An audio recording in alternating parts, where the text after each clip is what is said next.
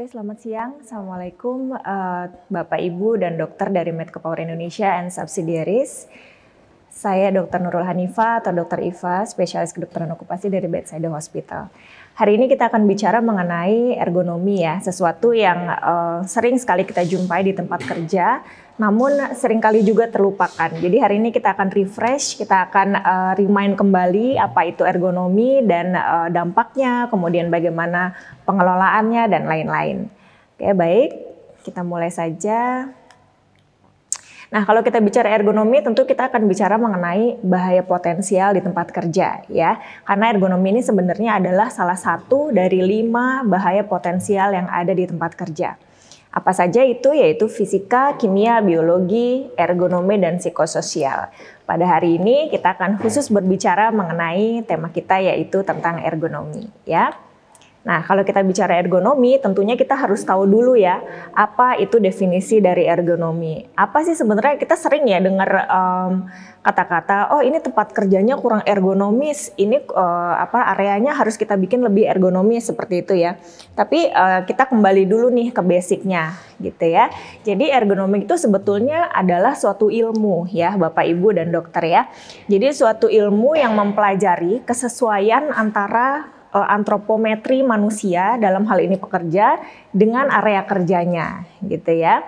Dan ergonomic hazard atau bahaya potensial ini adalah hazard yang berdampak pada sistem muskuloskeletal atau yang kita bilang otot dan rangka ya kalau muskuloskeletal. Jadi dampaknya itu pada kesehatan otot, kemudian rangka atau tulang, sendi, ligamen, dan lain-lain ya. Nah, oke. Ergonomik tadi ya ilmu dan praktek untuk mendesain tempat kerja agar sesuai dengan pekerjanya. Jadi ergonomik itu adalah fitting the job to the worker. Jadi area kerja kita sesuaikan dengan ukuran-ukuran dari tubuh manusia. Jangan dibalik ya. Jangan fitting the worker to the job. Jadi misalnya ada meja yang kurang tinggi terus kayak pekerjanya yang harus menyesuaikan, dia harus naikkan badannya, harus naikkan bahunya supaya dia bisa bekerja. Atau kalau misalnya ada tombol nih, kalau yang pegang mesin atau apa gitu ya, ada tombol yang tinggi, pekerjanya harus fitting to the job areanya gitu. Itu terbalik ya, kalau ergonomi kita sesuaikan fitting the job to the worker. Jadi job desainnya atau area kerjanya yang disesuaikan dengan antropometri tubuh pekerja. Antropometri itu apa? Misalnya panjang lengan, kemudian tinggi badan, tinggi pinggang, tinggi bahu, panjang kaki, dan lain-lain. Jadi area kerjanya yang disesuaikan gitu ya. Makanya ergonomi ini sifatnya sebetulnya individual. Kalau dalam satu area kerja hanya dia aja yang kerja, kita sesuaikan dengan antropometri pekerja tersebut. Tapi kalau dalam satu area ada banyak orang, kita biasanya ambil rata-rata ya, antropometrinya rata-rata berapa, misalkan kita ukur panjang lengannya ini kira-kira yang pakai alat ini berapa, jadi rata-ratanya kita ambil seperti itu ya. Oke. Nah, bahaya potensial ergonomik ini macam-macam ya. Kalau biasanya nih, kalau kita dengar hazard ergonomi, yang terpikir biasanya apa? Angkat-angkat berat ya. Angkat berat, manual handling seperti itu. Padahal hazard ergonomi ini banyak, nggak cuman itu.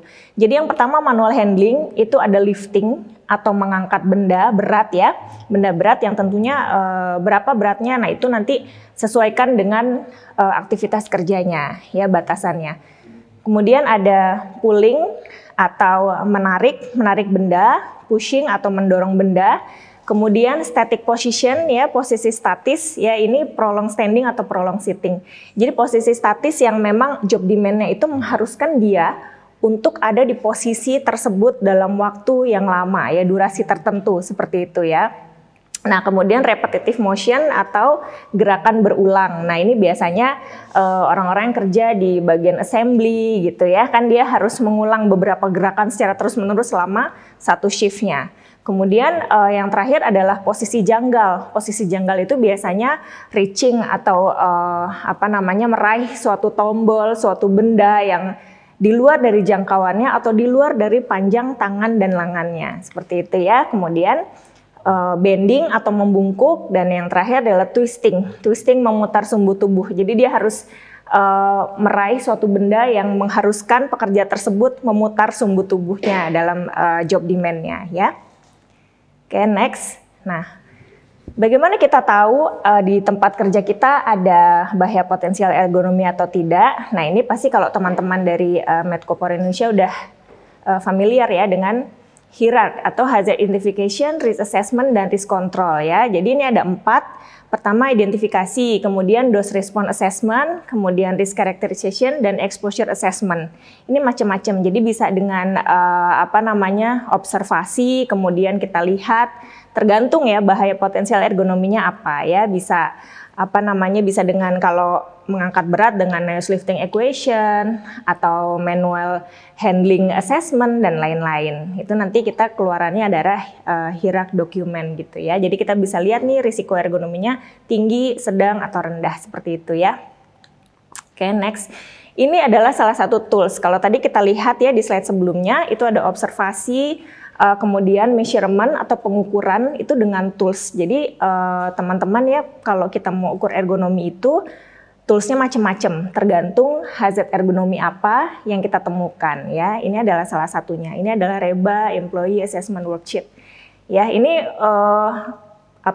tools yang sangat umum digunakan dan sangat mudah untuk digunakan ya. Kita punya banyak sekali tools yang mulai dari yang sederhana sampai yang rumit. Tapi kalau yang REBA ini adalah REBA dan RULA ya. Ini adalah yang paling umum dan paling sederhana dan bisa digunakan pada hazard ergonomi.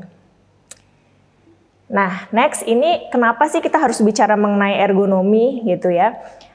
Ini kan hal yang biasa terjadi di tempat kerja. Kenapa kita harus bicara mengenai ini dan kenapa kita harus concern dengan hari ini?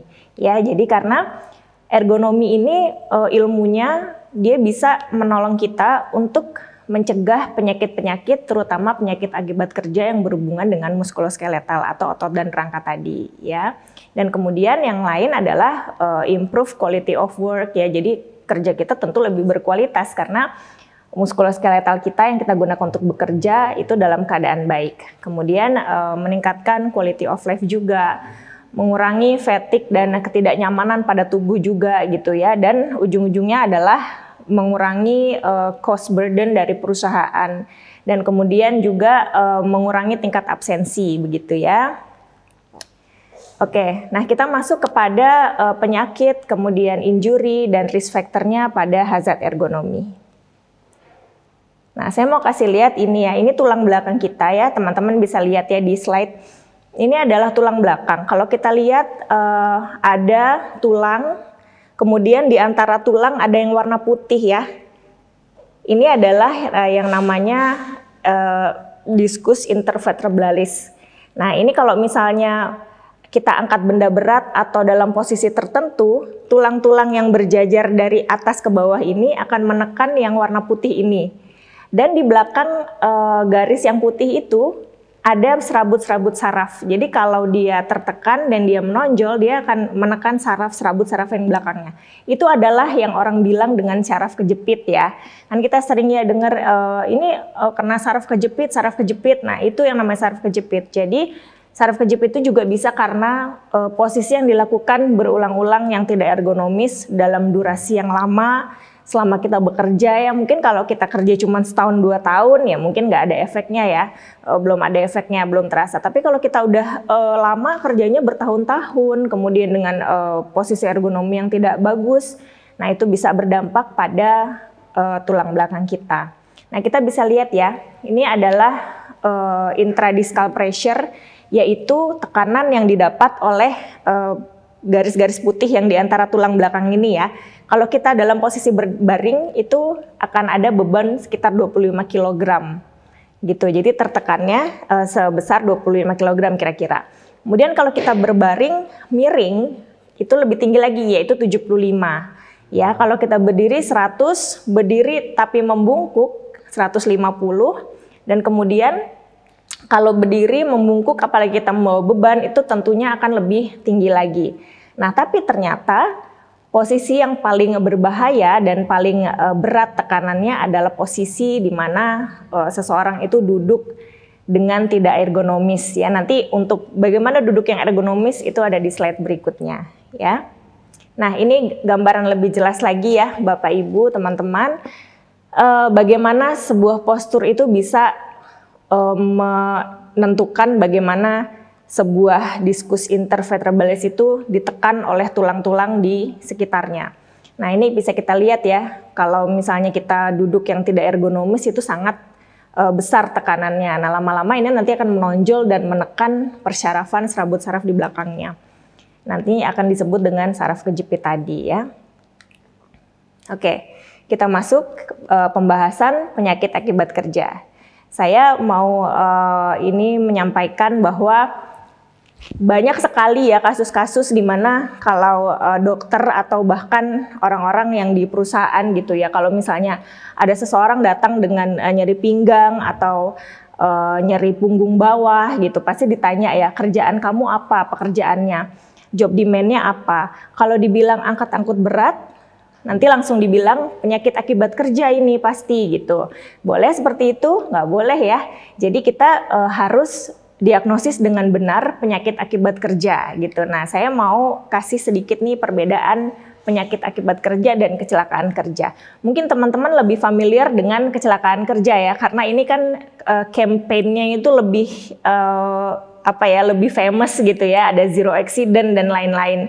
Tapi ada suatu hal yang namanya penyakit akibat kerja yang tentunya juga harus kita perhatikan. Tapi saya yakin di Medco Energi Indonesia, Medco Power Indonesia sudah mulai concern ya dari penyakit akibat kerja. Jadi perbedaannya apa nih ya? Jadi kalau cedera atau kecelakaan kerja itu proses terjadinya cepat biasanya. Ya, saat itu terpajan suatu bahaya, saat itu juga ada efeknya. Misalnya apa? Misalnya kalau orang bilang kecetit atau kesleo, yaitu namanya masuknya ke kecelakaan kerja atau injury atau cedera. Tapi kalau penyakit akibat kerja itu biasanya lambat, bahkan bisa tahunan. Ya, jadi perlu misalnya orang bekerja angkat-angkut berat, itu kita harus assess dulu berapa beratnya, dalam satu shift dia berapa lama mengerjakannya, diangkatnya sendiri atau berdua, diangkatnya pakai satu tangan atau dua tangan, kemudian apakah dia angkat aja atau dia bawa dari satu titik ke titik lainnya. Nah, itu semuanya harus di-assess ya. Nah, ini efeknya juga kalau cedera langsung terlihat ya, orangnya langsung nyeri, langsung ada gejalanya. Tapi kalau penyakit akibat kerja ini perlu proses yang tadi ya bisa sampai tahunan. Nah, kemudian diagnosisnya kalau cedera ini mudah ya, semua orang bisa mendiagnosisnya. Jadi misalnya ada kawan kita nih yang kecetit atau kesleo, pasti kita langsung bisa bilang, oh ya ini kecelakaan kerja atau cedera gitu. Tapi kalau penyakit akibat kerja ini perlu tahapan khusus, yaitu 7 langkah diagnosis penyakit akibat kerja. Ya, contohnya apa? Contohnya kalau cedera itu jari terpotong mesin, patah tulang ya. Kemudian kalau penyakit misalnya dermatitis kontak alergi, low back pain karena ergonomi, silikosis dan lain-lain. Jadi ini adalah perbedaannya ya, perbedaan penyakit akibat kerja dan kecelakaan kerja. Ergonomi bisa menyebabkan yang mana? Dua-duanya, tergantung ya. Kalau injury itu juga bisa disebabkan oleh ergonomi, penyakit akibat kerja juga bisa. Nah, kemudian, ini yang tadi saya bilang ya, dampak dari ergonomi itu adalah gangguan muskuloskeletal atau gangguan otot dan rangka. Dan hati-hati, tidak semua rasa nyeri, rasa pegal yang diakibatkan oleh angkat-angkut berat dan posisi statis dan lain-lain itu pasti penyakit akibat kerja. Kita harus assess dengan baik, ya. Nah, di Indonesia itu kita kenal dua ya, ada penyakit akibat kerja atau penyakit akibat hubungan kerja atau penyakit yang diperberat oleh pekerjaan. Maka itu history taking harus dilakukan dengan benar ya. Juga disebut juga dengan cumulative trauma disorder, repetitive strain injury, overuse injury, itu adalah hal yang sama. Apa yang menjadi ciri daripada gangguan muskuloskeletal atau otot dan rangka yang disebabkan ergonomi? Dia terjadinya bertahap ya, mereka occur gradually, jadi nggak langsung terlihat, tapi biasanya pada orang yang sudah bekerja tahunan atau dalam waktu yang hitungan bulan, tapi dia dari ringan kemudian tambah berat, tambah berat, tambah berat. Nah, itu harus kita assess apa job demand-nya ya. Nah, bisa kena apa aja? Bisa kena otot, tendon, ligamen, sendi, pembuluh darah, juga persarafan. Ini banyak sekali ya, ada carpal tunnel syndrome bagi orang-orang yang melakukan gerakan repetitif dengan jari. Ya, carpal tunnel syndrome itu adalah trapping dari persarafan di pergelangan tangan. Gitu ya, jadi dia sarafnya agak tertekan, jadi dia ada sensasi tingling atau kesemutan atau nyeri di ujung-ujung jari pada orang-orang yang banyak melakukan pekerjaan berulang dengan jari-jari. Ada rotator cuff tendinitis, ya, kemudian epicondylitis, low back pain, dan bursitis dan lain-lain. Pokoknya semua dari muskuloskeletal ini bisa berdampak dari posisi kerja yang tidak ergonomis, ya.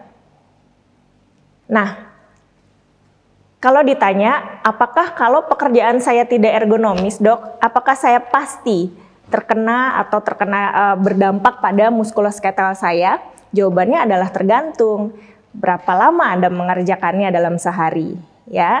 Apakah biasanya kalau shift itu kan 8 jam ya, apakah dalam 8 jam itu terus-menerus mengangkat terus, atau posisi statis terus, atau posisi janggal terus, atau hanya sekali-sekali aja. Kalau dikumulatifkan misalnya ya cuma 30 menit, yang lain sih ergonomis gitu misalnya ya. Kemudian seberapa sering, seberapa berat gitu ya, dan kombinasi dari 3 hal di atas. Oke. Nah, ini contohnya ya, kalau durasinya bisa dalam satu waktu, misalkan frekuensinya loading atau offloading material gitu ya. Ini pada pekerjaan di warehouse misalnya ya. Intensitinya bagaimana dan kombinasinya seperti apa. Bisa juga kita kumulatifkan durasinya ya. Nah, ini bagaimana mencegahnya. Kalau kita bicara hazard atau bahaya potensial bahaya yang berpotensi menyebabkan risiko. Pasti kita akan bicara mengenai bagaimana pencegahannya ya. Kalau kita bicara pencegahan, hazard apapun, bahaya potensial apapun, mau itu fisika, kimia, biologi, ergonomi, dan psikososial, kita akan selalu kembali ke segitiga ini. Ya, teman-teman yang di HSE pasti sudah di luar kepala ya, ini hierarchy of controls. Kita punya eliminasi, substitusi, engineering control, administrative control, dan PPE. Biasanya kalau ergonomi kita banyak bermain di engineering control ya, dan administrative control. Kalau PPE ini biasanya kita kalau misalnya angkat-angkut berat kita pakai korset, tapi itu ada sebuah penelitian yang menunjukkan bahwa kalau misalnya sudah ada terjadi low back pain, itu hanya memperbaiki postur saja, tapi tidak bisa mencegah secara hubungannya secara langsung gitu. Jadi kalau pakai korset pasti kita bisa mencegah dari low back pain, itu tidak berhubungan ternyata. Jadi tapi dia bisa memperbaiki postur untuk bekerja ya. Oke, ini contoh-contohnya ya, heavy lifting dengan posisi yang janggal juga, ya. Ini vacant lifting, jadi mengangkat lebih dari 2 kali per menit, ya. Kemudian, nah ini posisi janggal ya. Apa yang aneh dari sini? Jadi ini mengangkat sesuatu di bawah level lututnya. Kalau kita mengangkat benda sudah di bawah level lutut kita, itu pasti sudah masuk kepada posisi janggal. Kemudian dia reaching juga ya, bisa kita lihat tangannya, jadi melebihi panjang tangannya, dia harus membentangkan tangannya sampai jauh ya, ini adalah posisi janggal. Kemudian, nah ini mechanical assistance ya, untuk mengurangi angkat-angkut berat. Nah, kalau di perusahaan-perusahaan besar nih, mungkin termasuk Medco Energy, Medco Power Indonesia, pasti sudah menggunakan yang alat-alat seperti ini ya. Sudah jarang sih yang manual kalau pengangkatan barang seperti ini. Nah, ini postur netral. Jadi kita bicara ergonomi, kita harus tahu ya postur netral itu seperti apa. Kalau berdiri itu seperti ini ya. Jadi posisi anatomi namanya. Jadi dia ngadep depan, kemudian tidak ada menekuk, tidak ada membungkuk, tidak ada twisting. Ya, kalau posisi netral untuk duduk ini seperti ini. Jadi belakangnya supported, punggung bawahnya, kemudian bahunya relax, head levelnya seperti yang digambar, kemudian sikunya ada di samping badan, ya. Kemudian kakinya juga tersupport dengan baik, artinya nggak menggantung, ya. Kemudian tidak terlalu tinggi juga sehingga lututnya tertekuk berlebihan seperti itu ya. Nanti untuk lebih jelasnya ada. Nah, ini posisi janggal ya, terlalu rendah, terlalu tinggi, terlalu jauh ya. Kemudian membungkuk, kemudian ini kneeling juga, squatting juga kita bisa. Ini pasti banyak terjadi nih kalau di lapangan ya. Ini tanpa kita sadari nih biasanya di bagian-bagian maintenance gitu ya, yang memperbaiki alat-alat walaupun tidak dilakukan secara rutin, tapi kalau misalnya memang intensitinya berat harus kita perhatikan juga ya. Nah, ini cara-cara mengurangi ya low work ini dengan pemberian kursi. Sebenarnya kalau ergonomi itu ini aja sih, apa namanya, kayak penambahan alat-alat atau designing dari area kerja aja sebetulnya. Terkadang memang membutuhkan cost ya, tapi kadang-kadang sederhana juga nih. Seperti ini kita hanya sediakan kursi aja. Kursinya juga bukan yang kursi harus ada syarat tertentu gitu. Yang penting dia mendekati posisi netral yang tadi gitu ya. Nah, ini juga, ini tadinya di bawah ya. Ini cuma dikasih meja aja, jadi dia lebih nggak perlu membungkuk. Jadi mengurangi apa? Mengurangi bending ya, mengurangi bending atau posisi janggal. Nah, ini pekerjaan yang tinggi, misalkan meraih sesuatu di atas level kepala, gitu ya. Ini akan berdampak pada bahu, kemudian pada leher, pada punggung atas ya. Bagaimana menguranginya? Jadi menggunakan tangga atau pakai handle yang panjang gitu ya. Lalu penyimpanan barang-barang juga jangan overhead gitu. Jadi kalau misalnya ada sesuatu, misalkan di warehouse nih orang harus memindahkan dari satu titik ke titik lain, dari lemari atau tempat penyimpanan ke forklift misalnya manual ya. Jadi penyimpanannya itu ya jangan di below knee, jangan overhead gitu. Jadi di antara kepala dan lutut pekerja tersebut itu akan mengurangi ya, walaupun kita tetap akan dapat hazard ergonomi yang angkat-angkut berat, tapi minimal untuk posisi janggalnya berkurang seperti itu ya. Nah, ini juga menggunakan tools ya. Nah, ini adalah reaching, ini posisi janggal juga ya. Dia harus mendorong tangannya sangat jauh karena dia posisinya lebih jauh, lebih panjang atau lebih jauh daripada panjang dari bahu sampai dengan ujung jarinya. Ini juga berbahaya pada bahu, punggung atas, leher, ya, belum lagi tangan kirinya yang harus menahan, seperti itu. Nah, ini reducingnya adalah, nah ini dengan seperti ini ya, dengan tilt table namanya. Jadi nggak usah reaching, jadi mejanya yang dideketin ke pekerja. Oke, ini risiko untuk hand intensive work ya. Repetitive motion, kemudian gripping, pinching, dan pergelangan tangan yang menekuk. Oke. Nah, ini arrange work to avoid unnecessary motion. Jadi dibuat bagaimana cara flow-nya, biasanya untuk SPO-nya ya, flow-nya itu bagaimana agar bisa mengurangi kemungkinan terjadinya gerakan-gerakan berulang yang melebihi standar seperti itu. Kemudian kalau bisa pakai mesin memungkinkan baik dari segi job demand-nya atau dari cost-nya lebih baik dengan mesin. Kemudian spread repetitive workout during the day. Ini administrative control ya. Jadi tidak dalam satu waktu tapi ada rehatnya gitu. Jadi misalkan 15 menit kemudian break, 15 menit break, seperti itu diatur ya. Itu akan lebih mengurangi risiko terjadinya musculoskeletal risk pada tangan. Take stretch pause, ini stretching ya. Kemudian rotate with coworker kalau memungkinkan ya. Ini juga administrative control, tapi ini biasanya agak sulit karena kalau yang repetisi movement ini biasanya orang-orang dengan keahlian khusus. Jadi kalau kita mau rolling dengan temennya, mungkin temennya harus di training dulu ya. Dan kemudian Ini gripping ya, hand intensive work juga. Ini juga hazard ergonomi. Ini juga pinching fingertips ya.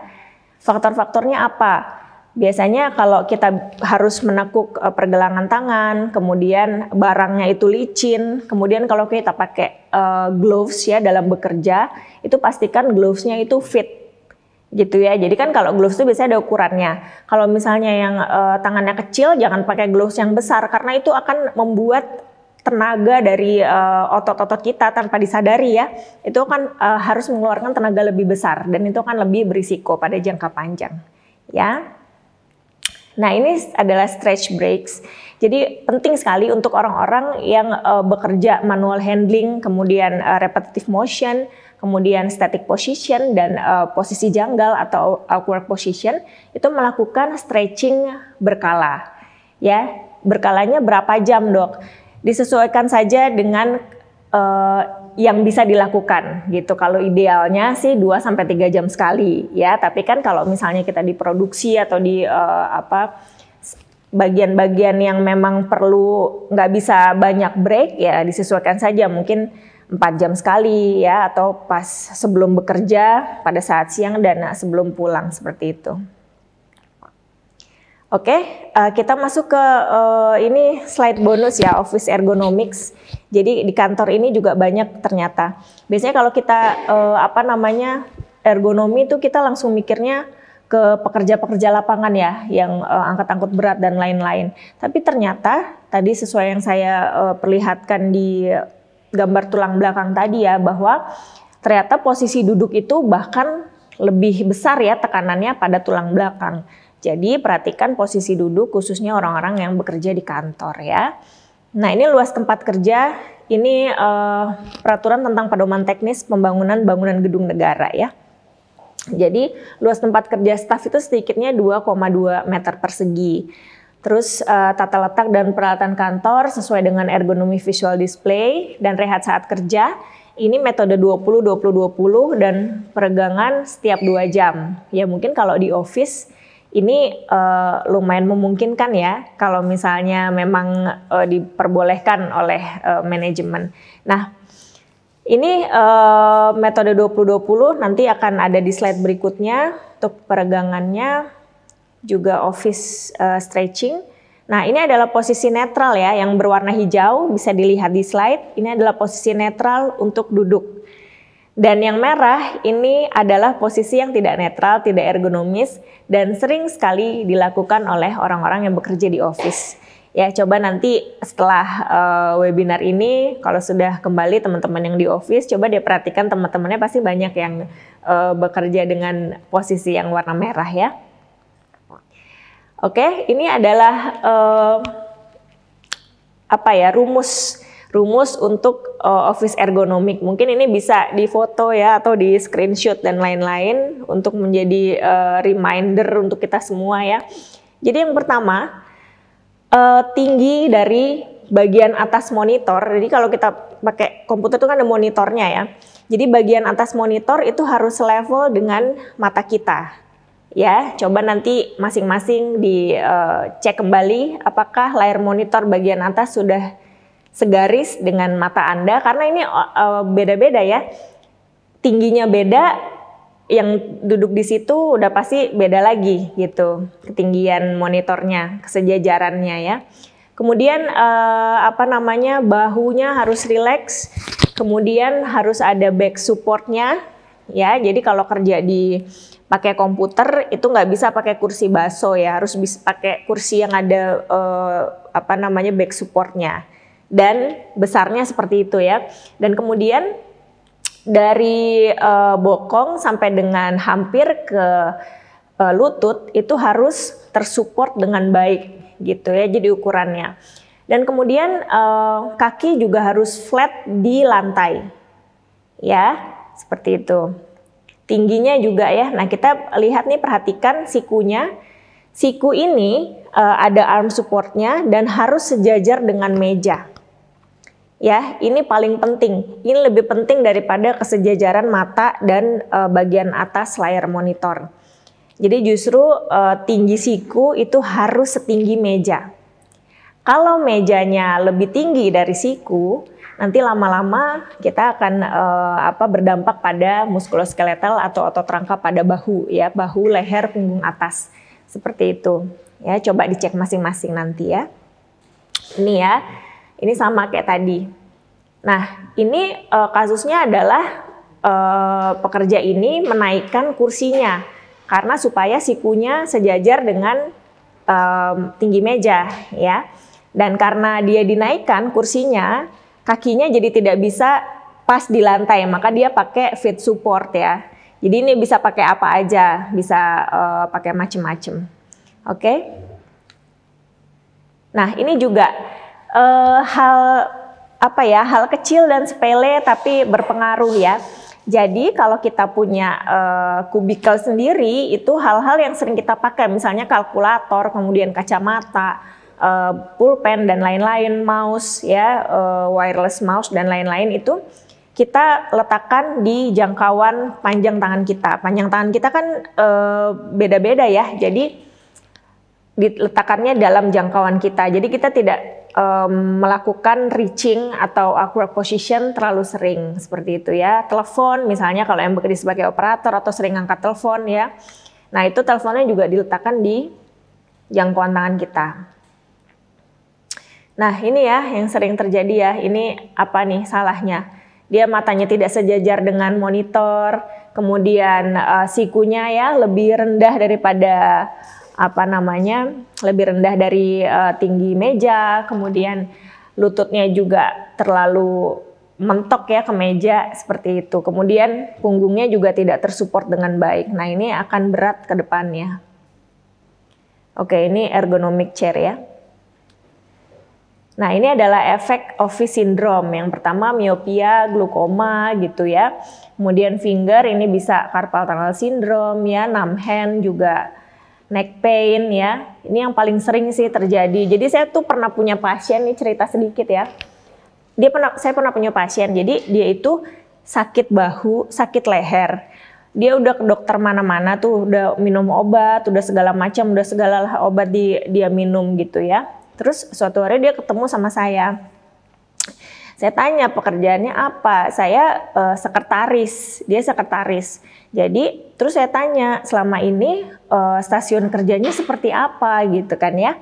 Terus saya kasih tahu nih yang tadi yang posisi untuk di kantor tadi ya, office ergonomik, dan saya minta stretching dan ada tambahan obat-obatan juga. Nah itu setelah itu udah terselesaikan masalahnya. Jadi selama ini dia hanya minum obat, tapi posisi kerjanya nggak diubah gitu ya. Jadi teman-teman yang punya pengalaman serupa, coba deh yang udah sering sakit bahu, sakit leher gitu ya, sakit pinggang, udah sering minum obat kok nggak sembuh-sembuh, coba cek posisi kerjanya. Ya barangkali itulah yang membuat tidak sembuh-sembuh ya. Obat itu kan biasanya kita cuma kasih anti nyeri atau anti radang dan lain-lain. Kalau diulang lagi setiap hari kita kerja 8 jam per hari minimal ya, 42 jam per minggu.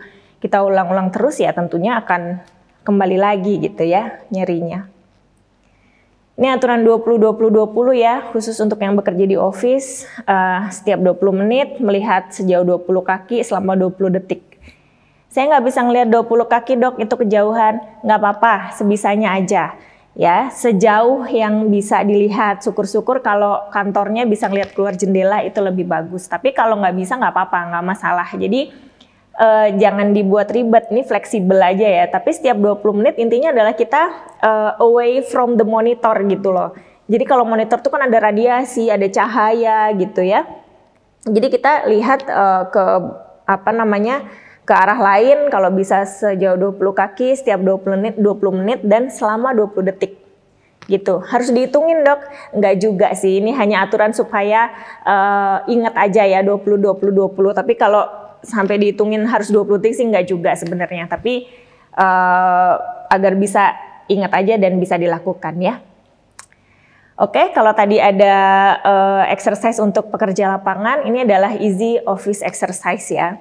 Ini gampang, bisa dilakukan di kursi setiap 2 jam sekali ya kalau bisa. Kalau nggak bisa ya nggak apa-apa, 4 jam sekali pun nggak masalah. Ya, ini boleh juga di screenshot atau di foto ya, atau bisa cari juga di YouTube juga banyak kok tutorialnya ya. Keywordsnya office stretching gitu ya.